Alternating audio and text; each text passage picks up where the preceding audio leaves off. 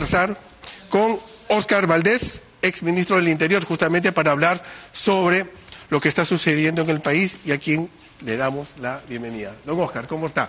Buenas noches. Muchas gracias, Marco, muy gustoso estar en tu programa. Muchas gracias. Y por supuesto tenemos a nuestros nuestras colegas que nos abordan hoy día, dos damas, ¿no? Atalia Cadenas del Comercio. Atalia, ¿cómo estás? Bien, Marco, feliz de verte.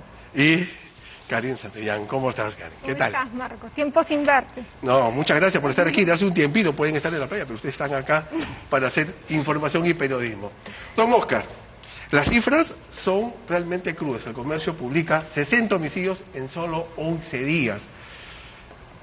Funcionó los estados de emergencia, no se está realizando un plan de inteligencia. ¿Qué es lo que está sucediendo, cree usted? Bueno, primero que los planes de emergencia no funcionaron. Esas declaratorias de emergencia han sido un saludo a la bandera y una gastadera de dinero. Segundo, que los ministros del Interior últimamente lo que tratan de ser son comandantes generales de la policía. Y hay que recordarles que ellos tienen un espectro más grande que atender. El ministro del Interior tiene que ver las amenazas del país, tiene que ver lo que es el narcotráfico, tiene que ver la minería ilegal, esto que hablas de Patás, tiene que ver las migraciones que han venido de Venezuela, ahora están viniendo también de Bolivia, y también tiene que ver todo el tema de cómo la inseguridad ciudadana. Entonces, si el ministro del Interior solo se va a enfocar en la seguridad ciudadana, así, poniéndose en el papel de comandante general de la policía, estamos mal. Porque ¿qué va a pasar? De repente va a haber un alivio, una disminución en la seguridad ciudadana, pero vamos a tener una minería ilegal incontrolable. Vamos a tener un narcotráfico total que nos va a avasallar totalmente todas las instituciones. El Perú está en grave peligro. Por eso es que tenemos que reorganizar también el sistema de inteligencia. El sistema de inteligencia está maltratado. No puede ser posible que la Dirección Nacional de Inteligencia, que es el organismo rector, no tenga la posibilidad de diseñar un plan a nivel nacional con todos los elementos operativos que tiene el Estado. Porque el Estado tiene elementos operativos en la inteligencia de las Fuerzas Armadas y la misma DIRIN de la Policía y la DIGIMIN del Ministerio del Interior. Tiene que reorganizarse, ¿sabes para qué? Para que no hayan esos famosos patrullajes intensos de 2.000, 3.000 policías y lo único resultado que capturan indocumentados. No, se tiene que golpear a las bandas, pero para eso se tiene que hacer inteligencia primero, ¿no?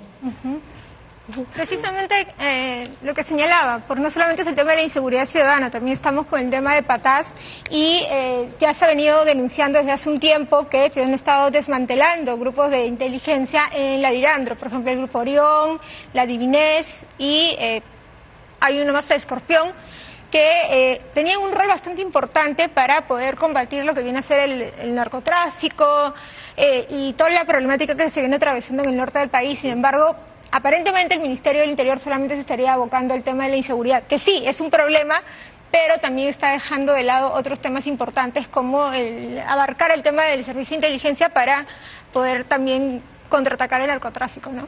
Claro, ahora es un tema básicamente de información, porque lo que ha salido el ministro de Salud a decir que los medios están dando información, mucha información con respecto a la criminalidad y deberíamos enfocarnos más en noticias positivas. Entonces, ¿cómo hacemos para poder informar, no, los periodistas? No, definitivamente que se tienen que informar las cosas tal cual son para poderlas solucionar.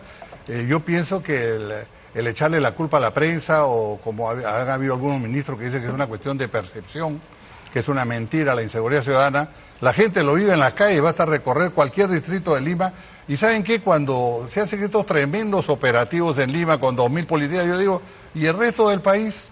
No hay inseguridad en Trujillo, no hay inseguridad en Piura, no hay inseguridad en Arequipa, no hay una visión holística del país. El ministro está focalizado en solucionar sus problemas y en tratar de hacer cosas que impacten para disminuir de alguna forma todos sus críticos, ¿no? Yo pienso que ahí hace rato se requiere un cambio. La presidenta ha tenido que buscar una persona que vea las amenazas del país integralmente, que sea realmente un ministro del Interior, que no sea un nuevo comandante general de la policía, porque usted ve que el comandante general de la policía está totalmente opacado. Es un hombre que no se le ve. El otro día le escuché una manifestación, oiga, la policía sabe dónde están los delincuentes, pero la policía no sabe cómo atraparlos, no tiene las herramientas para hacerlo. ¿Cómo va a decir eso un comandante general de la policía? Claro. Quiere decir que el ministro no lo está apoyando, el gobierno no lo está apoyando, porque esa es una sensación que me ha dejado esa declaración del comandante general de la policía. Don Oscar, entonces ya es momento, digamos, que el ministro o dé un paso al costado, o que la presidenta, digamos, lo remueva, o que el Congreso también, digamos, haga su trabajo y lo censure. O sea, y además, ¿cuál sería el perfil del nuevo ministro que vendría, ¿no? O sea, con él, con la salida de Santibáñez, ¿se acabarían los problemas? ¿Qué debería hacer, digamos, el nuevo ministro para mejorar el...? Efectivamente, muy buena pregunta. Mire, no se trata de cambiar al ministro por cambiar. Hay que buscar una persona que reúna todas las condiciones para ser un buen ministro del Interior, tal como lo acabo de enseñar en ese escenario, ¿no?, de todas las amenazas que hay en el país. Ahora, me preocupa muchísimo la alianza que tiene la presidenta con el Congreso, porque mucho se habla del Consejo de Estado, ¿no?, que no existe, y que muchos decimos ojalá que el Congreso, una constituyente en ejercicio, lo implante, que tenga, digamos, sus decisiones sean dirimentes. Pero ¿qué pasa? Vemos que ahorita la Fiscalía está siendo atacada vilmente por la presidenta a cada rato, con la complicidad del Congreso. Entonces, ¿qué pasaría si tuviéramos un Consejo de Estado donde está el Poder Ejecutivo, el Legislativo, que son cómplices, versus un Poder Judicial que va a estar en incapacidad de hacer nada? Entonces, eso no nos puede solucionar el problema. Ahora, la señora Boluarte, mi impresión es de que ella mantiene al ministro porque el ministro pues puso una serie de condiciones para entrar, y eso es público, ¿no? A tal sentido se ha llegado a tal extremo que hoy día el ministro ha reseteado su teléfono. ¿Cómo podemos pensar que una autoridad, un ministro del Interior, no sea transparente? Debería ser el hombre más transparente que hay en el gobierno para que la ciudadanía le tenga confianza. Oiga, acá está mi teléfono, completo, mírelo usted. Pero si esconde algo, definitivamente lo va a resetear. Oiga, quiero ver la nube, no, me van a ver mis aspectos personales. Oye, entonces, ¿qué se hace? ¿Qué hace el Ministerio Público? ¿Cómo investiga? Alguien tiene que ponerle el cascabel al gato. Entonces, y eso creo que de alguna manera refuerza su posición de él ante la presidenta, que no lo puede remover. Y el contubernio también se ve, o el presunto contubernio entre el Congreso y el gobierno se ve también en las normas, ¿no? O sea, hay esta norma de que no ha promulgado el Ejecutivo, que la ha devuelto al Congreso, o sea, la hace más larga para no ver el tema de que se restablezca la detención preliminar en casos de no flagrancia, ¿no? Y también está la ley que cambió el tema de la lucha contra el crimen organizado, ¿no? Que tiene que estar un abogado de oficio para que se pueda, digamos, hacer un allanamiento, ¿no? Entonces, también las normas que el Congreso realiza son un ataque directo al sistema de justicia, a la Fiscalía, digamos, y al Poder Judicial. Los propios fiscales y jueces dicen con mucha pena tenemos que hacer cumplir la norma, aplicarla, ¿no?, en este caso, ¿no? Entonces, también hay ahí un tema de responsabilidad. Sí, casualmente lo hemos propuesto varias veces en tu programa, cuando nos has invitado, que el Consejo Nacional de Seguridad Ciudadana debe funcionar. ¿Y quién está en el Consejo Nacional de Seguridad Ciudadana? Está el Poder Ejecutivo con sus ministros, está el Poder Legislativo, está el fiscal, está el presidente del Poder Judicial, están los gobernadores, están los alcaldes, y ahí deberían ver estos problemas, ¿no? Oiga, señores, vamos a ver este problema, ¿qué leyes necesitamos? ¿Será conveniente eliminar esa ley de la detención preliminar bajo no flagrancia? Ahí se discutiría, ahí se tendría que ver cuáles son las herramientas que pide el comandante general de la policía para que pueda detener en el Consejo Nacional de Seguridad Ciudadana. Pero si se van a reunir 2 veces al año en Piura o en Chiclayo para tratar cosas generales, para tomarse la foto, así no. Este es un consejo que debe ser totalmente operativo, estratégico y operativo. No, oiga, vamos a hablar con el ministro de Justicia. ¿Cómo es posible que usted no implemente las cárceles? ¿Dónde van a ir los señores que detiene la policía? ¿Dónde lo vamos a poner? ¿Vamos a seguir hacinando? Por eso en ese consejo se toman medidas de manera integral, en conjunto, transversales. Es el Estado que se defiende de la inseguridad. Don Oscar, precisamente en cuanto a eso, todavía no hay una fecha exacta para el inicio de la extensión de Chayapalca que se había anunciado. Y esto había sido uno de los temas más importantes que habían señalado respecto a la lucha contra la criminalidad. Sin embargo, se ha señalado que no hay fecha de construcción, pese a que es de urgencia. El otro tema también es que hay temas que el ministro del Interior ha quedado en investigar y no se han dado más, como por ejemplo delincuentes que usaban granadas, armas del ejército peruano. anunció investigaciones, pero hasta el momento no ha dado un informe definitivo de cómo llegaron esas armas o cómo continúan llegando a los delincuentes, ¿no? Sí, es lamentable las noticias que han aparecido últimamente, que del ejército está saliendo munición para el crimen organizado. Es increíble, y eso es porque no hay un control, no hay un liderazgo, ¿no? Y por otro lado, lo de los penales. Hace rato que se han debido construir penales a la europea, con bloques, ¿no? De manera rápida, en 2 años, para 10.000. Pero no solamente le carguemos pues a una sola región todos los presos. Por eso es que tan asaltado, tan hecho hoy un ratito, pues, porque cuando uno pone una prisión, los familiares de los presos van a la zona, las bandas van a la zona, y eso es perjudicial. Por eso se tiene que de alguna manera hacer a lo largo. En el Perú hay muchísimos lugares totalmente alejados que se pueden hacer penales, pero ¿hay alguna reacción del gobierno? ¿Cuántos penales ha hecho desde que han entrado al gobierno? Ninguno. Han terminado el de Ica, que está medio construido, han hecho la ampliación de Chayapalca, han hecho otras ampliaciones, oye, la gente sigue hacinando. Y por otro lado, también yo quiero llamar la atención, todos los años en febrero, todo el Poder Judicial se va de vacaciones. Oiga, ¿cómo se puede ir de vacaciones todo un Poder Judicial con tantos expedientes, con tantos presos que están en la cárcel sin sentencia? Oiga, es un crimen, no puede ser posible. El Estado de alguna manera tiene que ver que esto no se pare, que siga funcionando, y tendrá pues que hacer una ley para que los expedientes se vean pues prioritariamente los más fáciles de definir, pero no, acá es un orden de llegada que a veces pues tenemos presos por nada, años en la prisión. Entonces, creo que esto de la seguridad ciudadana enmarca una serie de aspectos, como por ejemplo estamos mencionando, no solamente las amenazas, sino que en ese Consejo Nacional de Seguridad Ciudadana se tiene que hacer un plan, y ese plan se tiene que tiene que tener sus objetivos y sus metas, y ahí tienen que intervenir los alcaldes, los gobernadores regionales, y deben unirse, ¿no? Como está de facto se está haciendo en algunos distritos de la capital, que el alcalde ha dicho, voy a conversar con el comisario, vamos a juntar los vehículos, vamos a ver las cámaras, vamos a ver los teléfonos, vamos a ver los radios, y vamos a actuar juntos. Eso está contemplado desde el año 2011. Eso es lo que se debe hacer. Y la policía cada vez debe visualizarse y discutirse y analizarse si va a seguir siendo militarizado o no, si es conveniente que sea militarizado o no. ¿Es necesario que tengamos tantos generales? ¿O necesitamos más policías operativos que capturan a los delincuentes? Si tenemos generales, tengamos los necesarios, pero no cada año aumenta el número, ¿no? Claro. Don Oscar, hay una situación que también preocupa a muchas personas, que es un año electoral, ¿verdad? Hay un financiamiento privado ahora. Muchos creen que la minería ilegal podría estar financiando a algunas personas. Entonces, ¿podría pasar lo que ha pasado en otros países, el asesinato de líderes políticos? ¿Cree usted que podamos llegar a eso?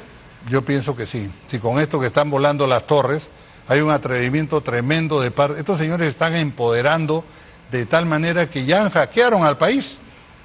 Estos muertos que hubieron, los 50 muertos, se tuvieron en Chala, en Rinconada y en La Pampa de Madre de Dios, bloquearon el país. Y últimamente, cuando ha habido esto del Reinfo, otra vez han hackeado al país. Y han dicho, señores, no, ustedes me lo amplían. Y se ha ampliado. Bueno. Entonces, más que ¿qué podemos esperar en un proceso electoral? Para contestar tu pregunta. Van a hackear, van a amenazar. Pero yo sí aplaudo que hay un financiamiento privado a los partidos, pero siempre y cuando sea limpio, transparente, bancarizado, ¿no? Y que los partidos puedan responder y transparentar. Yo creo que sí, el Perú necesita eso. No estuve muy de acuerdo con la financiación del gobierno, pero ya se dio. Entonces, pero necesitamos que nuestros partidos políticos se fortalezcan y mejoren. Si el Perú está así es porque no hay buenos partidos políticos. Pero la fiscalización también es importante en ese caso, ¿no? Porque, por ejemplo, los partidos políticos tienen plazos, límites para presentar sus informes, ¿no? De la rendición de cuentas sobre el financiamiento público directo. Y, por ejemplo, al día de hoy solamente los ciudadanos, cuando accedemos al portal de Claridad, podemos ver el balance que han hecho de enero a julio del 2024. O sea, llegan con 6 meses de retraso y no sabemos, o sea, y nos enteramos de gastos, por ejemplo, en celulares iPhone, que los partidos políticos gastan en cosas innecesarias. Incluso se está abriendo un proceso sancionador contra Fuerza Popular precisamente por estos gastos, el viaje que ella hizo a a los Estados Unidos, ¿no? Y también el viaje que hizo Miki Torres a Viena. Entonces, si ya con el financiamiento público directo es complicado fiscalizarlos, o sea, ahora que se va a poder dar el financiamiento privado, ¿cuándo nos vamos a enterar los ciudadanos en qué gastaron, quién les depositó? ¿No? Entonces, de verdad que es preocupante, ¿no? Sí, para mí es muy preocupante, comparto, y yo pienso que se debe hacer las rendiciones de cuentas inmediatas, pero también mucho hace el tema de la reglamentación de las leyes. Si esa ley se hubiera reglamentado bien, se hubiera previsto, se hubiera proyectado en qué se debería gastar y en qué no, para no ahora estar cuestionando los viajes, etcétera, porque si los partidos lo están haciendo es porque la ley se los permite. Entonces habría que afinar esa ley, pero sí creo que tenemos que fortalecer los partidos políticos. Mira, ahora hay 40. Dijimos, oye, pero ¿cómo es posible que, antes decíamos, que sean los mismos partidos de siempre? Ahora hay 40. Veamos pues de esos 40 cuántos quedan y que queden los buenos, ¿no? Y que sean bien financiados y que realmente haya jóvenes participando, ¿no? Porque cuando vemos los partidos políticos hoy día, vemos muy pocos jóvenes. Y eso también hay que llamar la atención. Los jóvenes piensan que no les va a afectar, no se dan cuenta que es su futuro el que está en juego. Y su presente también, porque ellos son los que tienen que definir, ¿no? Y los ciudadanos en general, don Oscar, ¿no? Porque hay o sea, si vemos las protestas que hubo contra el gobierno de Pedro Castillo, eran casi diarias, ¿no? Pero ahora con lo que está pasando, lo que está haciendo el Congreso, lo que está haciendo el Poder Ejecutivo, hay silencio también de la ciudadanía, ¿no? Se está pasando por agua tibia bastantes cosas que creo que también deberían escandalizarnos, ¿no? Como ciudadanos. Obviamente sin violencia, pero creo que sí corresponde que nos pronunciemos, ¿no? Yo pienso que tiene que ver también con el tema de la economía, porque hay personas que sí, todos los peruanos están indignados por el tema de la inseguridad, el contubernio que viene teniendo el Congreso con el Ejecutivo. Sin embargo, sí se siente en la calle, ¿qué pasa si voy a protestar? Pierdo un día de trabajo, dejo de comer. A comparación de años anteriores que, digamos, la economía peruana estaba mucho mejor.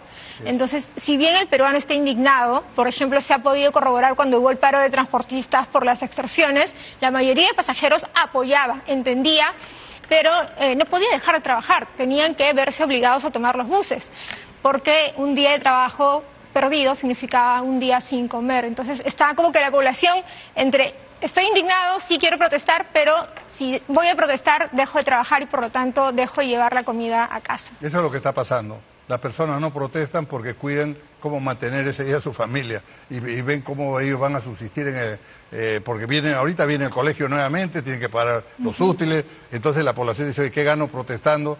Y ¿sabe qué? Se ha perdido un poco la esperanza de la efectividad de los paros. No así. Y la última vez, con esto de los 50 muertos, 49 muertos, realmente la población dice, oye, nos hemos aplicado 49 y no pasó nada. Entonces hay una desesperanza, pero no pretendamos pues que la población tenga que salir, perder su trabajo. Tenemos que hacer los cambios ya. Se nos viene un proceso electoral. Empecemos a buscar mejores alternativas, examinemos mejor las hojas de vida de los candidatos, veamos qué partido me ofrece los mejores cuadros, el mejor plan de gobierno, eduquemos más a nuestros electores. El Perú tiene que cambiar de otra manera. Cuando la gente dice, oiga, hay una propuesta, vamos a matar a todos los expresidentes, el otro dice, yo quiero un cambio radical. Oye, todos queremos romper el vaso. Y no nos damos cuenta que ese vaso está medio lleno y está medio vacío. Hay que verlo medio lleno y hay que hacer los cambios, pero sin romper el vaso. Así es. Don Oscar, le agradecemos mucho por su presencia aquí en Mesa de Prensa. Muy amable. Muchas gracias, gusto estar con todos. Oscar Valdés ha estado con nosotros aquí.